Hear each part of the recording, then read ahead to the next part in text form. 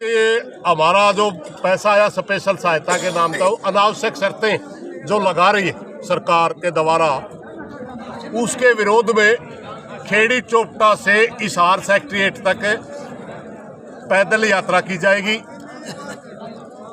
यह यात्रा हमने यहाँ ड्यूटी लगाई है कि कम से कम एक गांव से 10 या 20 व्यक्ति या एक ट्रैक्टर होंगे। जिस दिन हम हिसार पहुंचेंगे उस दिन पूरा भाईचारा हमारे साथ होगा। फिलहाल हमारा मुद्दा मात्र मुआवजे का है, मगर रास्ते में जिन गांव से हमारी यात्रा गुजरेगी, अगर किसानों की वहां कोई समस्या पाई जाती है और वो साथी चाहते हैं इन्वॉल्व करवाना, तो वो भी जोड़ ली जाएगी। अगर कोई साथी जुड़वाना नहीं चाहता, वो उसकी मर्जी, नॉन कंडीशन हमारी मदद करना चाहता है, वो भी आमंत्रित है। क्योंकि रास्ते में हमें पता है कि बहुत से गांवों में जल भराव की बहुत बड़ी समस्या अब तक भी बधौड़, डाड, राजली, गिराए, खरकड़ी, सिंगवा, गुराना, डाटा का आधा हिस्सा, खानपुर, ऐसे कुछ बहुत से गांव हैं जिनमें आज तक भी बुआरा नहीं हुआ, पानी खड़े।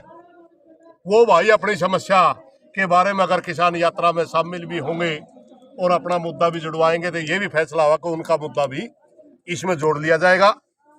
और सरकार से प्रार्थना की जाएगी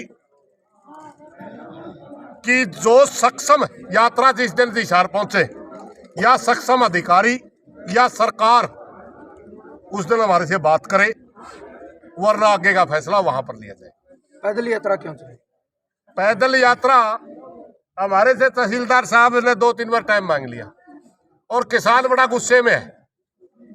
किसान चाहता है कि यहाँ धरना ला जा, मगर हमने एक बात का आभास करा कि कहीं न कहीं प्रशासन को सरकार मजबूर तो नहीं कर रही।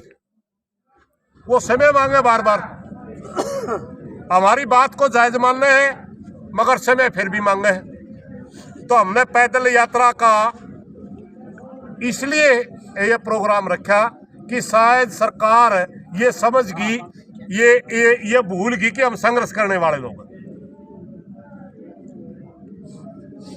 हम संघर्ष से डरने वाले नहीं हैं, इसलिए हमने संघर्ष का रास्ता चुना है और सीधे हिसार जाएंगे। वरना तहसीलदार के साथ और एसडीएम के साथ हमारी कई दौर की वार्ता हो चुकी है। सीधे हम डीसी के माध्यम से सरकार से जवाब लेने जाएंगे कि हमारे को बार बार संघर्ष में क्यों धकेला जा रहा है, हमारे को बार बार संघर्ष करने के लिए क्यों मजबूर किया जा रहा है। इसलिए हमने संघर्ष का रास्ता चुना है। अगर सरकार को सही सद्बुद्धि दे परमात्मा, हमारी यात्रा जिस दिन पहुंचे उसे दिन डीसी सरकार के साथ मीटिंग करवा के, या अपने आप कोई मुद्दा उसने हल करना हो, अपनी शर्तें वो करके और कर दे तो ठीक है, ताकि और संघर्ष बढ़ाना। बीच में अगर सरकार का कोई संदेश आओ तो यात्रा के बातचीत के लिए हम हमेशा तैयार रहेंगे। बातचीत कमेटी बना ली जाओगी? बातचीत के लिए तैयार रहेंगे। कमेटी ऑलरेडी पहले से काम कर रही है, और अगर कोई 4 आदमी ने बुलाओगा 4 हम जावांगे, 5 बुलाओगे 5 जावांगे। बातचीत से हमने कभी डिनाई नहीं किया। जहां तक इस मुद्दे की बात है, मुख्यमंत्री के सामने मैं खुद 2 बार ये बात रख चुका हूँ। दुष्यंत चौटाला के सामने हमारे 4 लोग गए, करसिंदो में राजेंद्र लतानी ने ये बात रख दी, बीच में मैं भी उनको अवगत कराता रहा। डीसी एसडीएम को लिख के दे दिया, तहसीलदार को लिख के दे दिया। कोई भी सत्र ऐसा नहीं बचा हुआ जहां हमने अवगत नहीं करवा रखा। उसके बावजूद भी अगर कोई अपनी मर्जी से, तो हम किसी तरह जामा नहीं। अगर कोई बुलाता है, हमें जाने से कोई परहेज नहीं, क्योंकि मुद्दे बातचीत से ही हल होते हैं। बातचीत के लिए अगर कोई बुलाता है तो हम न जानता कोई परहेज नहीं। अब अपना मतलब डीसी तक हम बात नहीं करनी किसी से?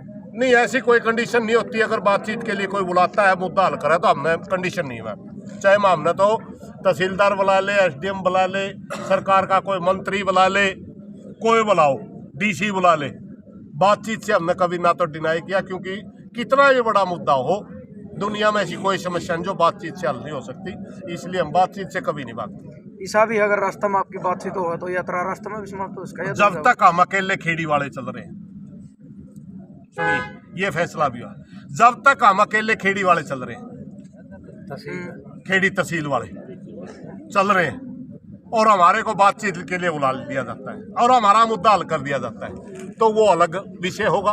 और जब हम भाईचारे में आगे चल लिए होंगे और किसानों को मुद्दे जुड़ लिए होंगे, फिर ये यात्रा तो कम से कम डीसी सेक्रेटेरिएट तक जाए ही जाएगी, फिर बीच में हम नहीं।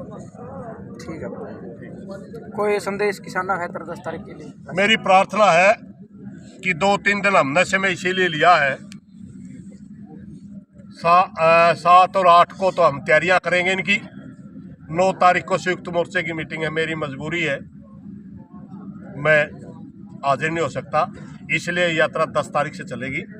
तो 10 तारीख में हर गांव जो भी ट्रैक्टर जिसने लिखवाए हैं, सारे भाई अपने अपने जितने आदमी लेकर के हम खेड़ी चौक से चलेंगे, या तहसील में हमारा उस दिन कोई काम नहीं है, वहीं से चलेंगे, आपका इंतजाम करवा दिया जाएगा।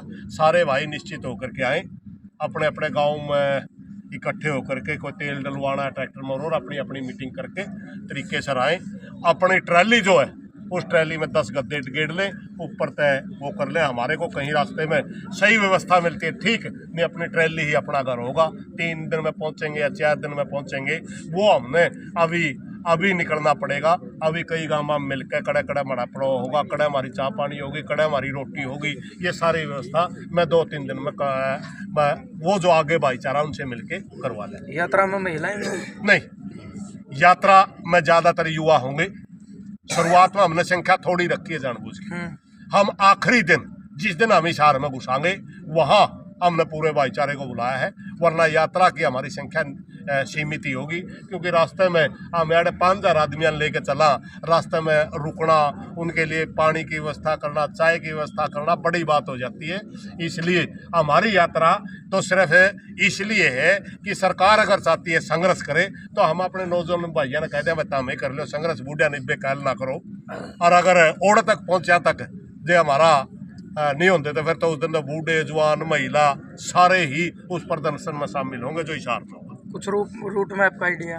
रूट मैप का आइडिया देखो, यहाँ से हमारी खुली सी बात चल रही है, रोड चलांगे बदौड़ तक तो निश्चित है ही, वहाँ जाने के बाद हम बदौड़ के भाइयों से बात करेंगे, वहाँ पानी की समस्या है, अब वहाँ से गुजर रहे वो भी किसान है, भाई है हमारे, और अरे धरना हमने लाया, हरियाणा के सारे किसान हमारा समर्थन करना आए थे, तो हमने उनका भी पूछांगे, अगर उन भाइयों ने कह दिया वो हमारे फलाने गाँव में, तो अगला रूट उसके बाद बतावांगे, पहला उन भाइयों ने बात कर लेंगे। ठीक है, ले लेने ताऊ का बैठेगा